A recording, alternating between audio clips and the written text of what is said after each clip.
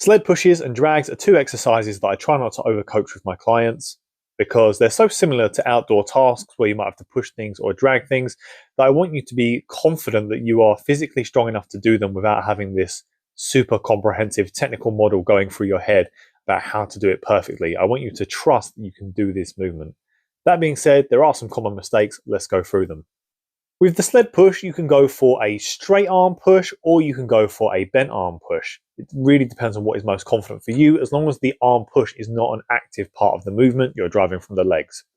That being said, a lot of gyms have the track right up against a wall or mirror.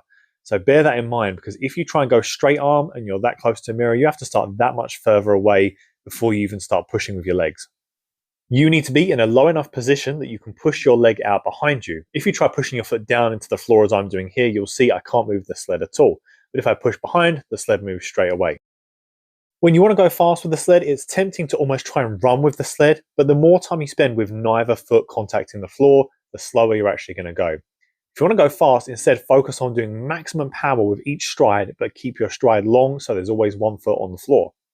So with the sled drag, you want to be able to attach something to the sled that means you can put your body weight on it and drag the sled. I have seen people use resistance bands for this, which is a terrible idea. You're going to either break the band or you're going to, ping yourself back. Make sure you use something sturdy like a suspension trainer like I've got here. And then the idea is to lean far enough that you're able to push your feet out in front of you. You can see if I put my whole body weight into that lean, I could actually move that sled a bit too easily just because of my body weight versus the weight on the sled. So I put a bit more weight on so I can show you properly. But the idea is you want your main part of your body, your center of mass, to be behind your feet so that you're able to start just pushing away with your feet.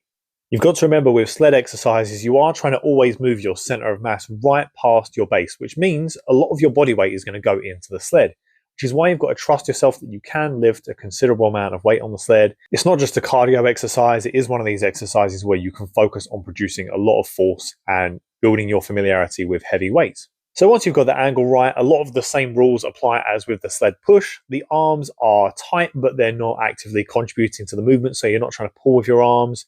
You can aim to move faster, but the idea with that is that you are still keeping one foot in contact at all time and continuously driving, and that is how you move faster in the sled pull. You can see I have to turn the sled around in order to drag it back the other way, which can be a bit of a pain if your sled doesn't have an attachment on both ends. So one thing that can kind of speed that up is if you do a sled drag on one length of the track and then a sled push on the other length of the track. It just saves you with that turnover.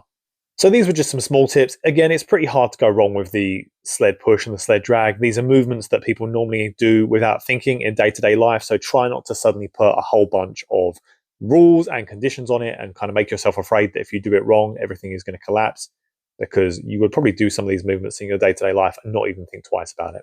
Our aim in the gym is always to build up to thoughtless, fearless movement where we trust our bodies, we trust our strength, that we can do these things and we can allow a little bit of variation in how we do it versus how someone else does it. And there's not just one blueprint of how everyone should perform every exercise within reason. If you like the sound of that or you found this video helpful, then please consider liking it, subscribing to the channel and sharing the video with your friends. You can see I'm also putting my weights away here. We try and make the gym as accessible a place for everybody, so please consider that when you're using equipment. With all that said, my name is Mike. This is the Ready Steady Strong channel. Thank you again for watching to the end. And again, please like, subscribe and follow along. You can also find me on Instagram and on my blog at readysteadystrong.org.